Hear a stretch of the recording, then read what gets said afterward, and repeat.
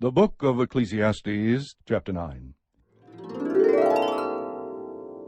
For I have taken all this to my heart, and explain it that righteous men, wise men, and their deeds are in the hand of God.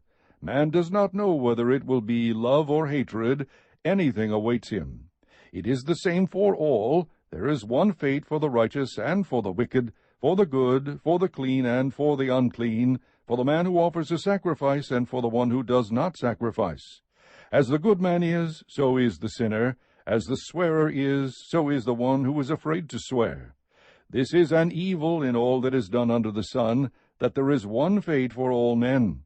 Furthermore, the hearts of the sons of men are full of evil, and insanity is in their hearts throughout their lives. Afterwards they go to the dead. For whoever is joined with all the living, there is hope. Surely a live dog is better than a dead lion. For the living know they will die, but the dead do not know anything, nor have they any longer a reward, for their memory is forgotten.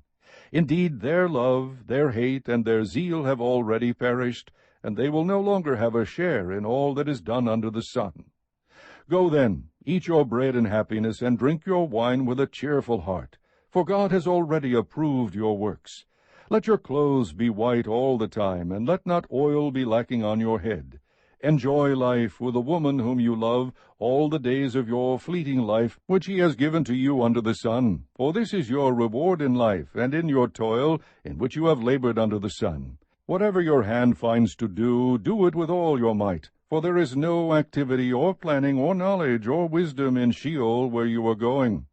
I again saw under the sun that the race is not to the swift, and the battle is not to the warriors, and neither is bread to the wise, nor wealth to the discerning, nor favor to men of ability.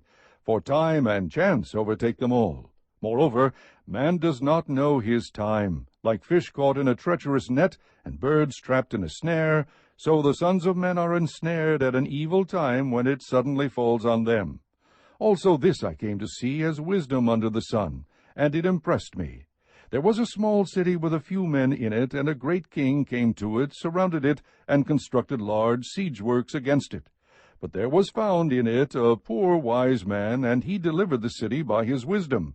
Yet no one remembered that poor man. So I said, Wisdom is better than strength. But the wisdom of the poor man is despised, and his words are not heeded. The words of the wise heard in quietness are better than the shouting of a ruler among fools. Wisdom is better than weapons of war, but one sinner destroys much good. Chapter 10. Dead flies make a perfumer's oil stink, so a little foolishness is weightier than wisdom and honor. A wise man's heart directs him toward the right, but the foolish man's heart directs him toward the left. Even when the fool walks along the road, his sense is lacking, and he demonstrates to everyone that he is a fool. If the ruler's temper rises against you, do not abandon your position, because composure allays great offenses. There is an evil I have seen under the sun, like an error which goes forth from the ruler. Folly is set in many exalted places, while rich men sit in humble places. I have seen slaves riding on horses, and princes walking like slaves on the land. He who digs a pit may fall into it, and a serpent may bite him who breaks through a wall. He who quarries stones may be hurt by them, and he who splits logs may be endangered by them. If the axe is dull, and he does not sharpen its edge, then he must exert more strength. Wisdom has the advantage of giving success.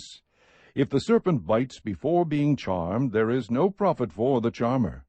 Words from the mouth of a wise man are gracious, while the lips of a fool consume him. The beginning of his talking is folly, and the end of it is wicked madness. Yet the fool multiplies words.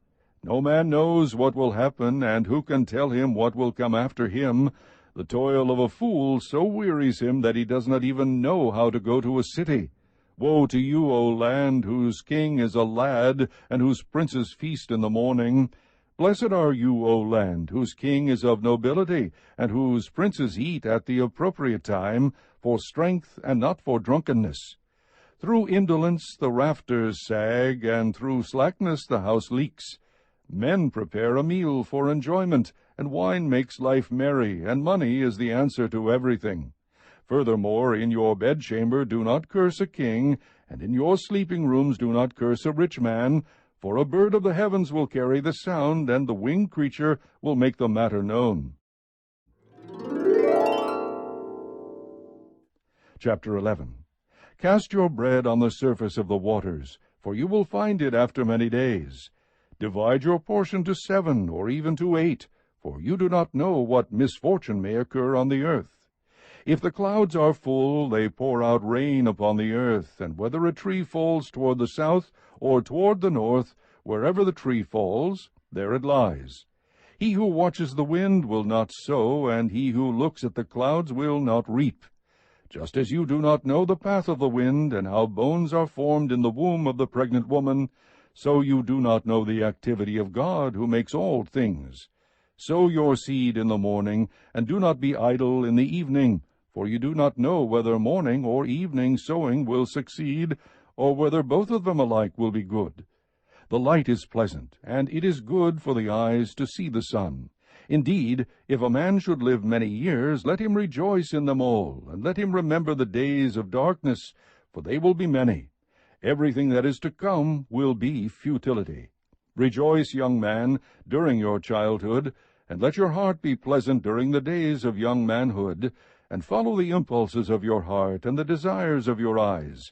Yet know that God will bring you to judgment for all these things. So remove grief and anger from your heart, and put away pain from your body, because childhood and the prime of life are fleeting. Chapter 12. Remember also your Creator in the days of your youth, before the evil days come and the years draw near, when you will say, I have no delight in them.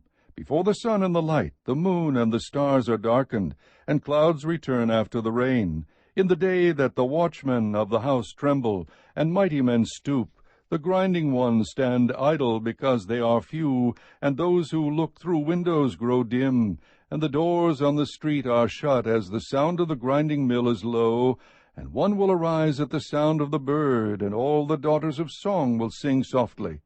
Furthermore, men are afraid of a high place, and of terrors on the road. The almond tree blossoms, the grasshopper drags himself along, and the caperberry is ineffective. For man goes to his eternal home, while mourners go about in the street.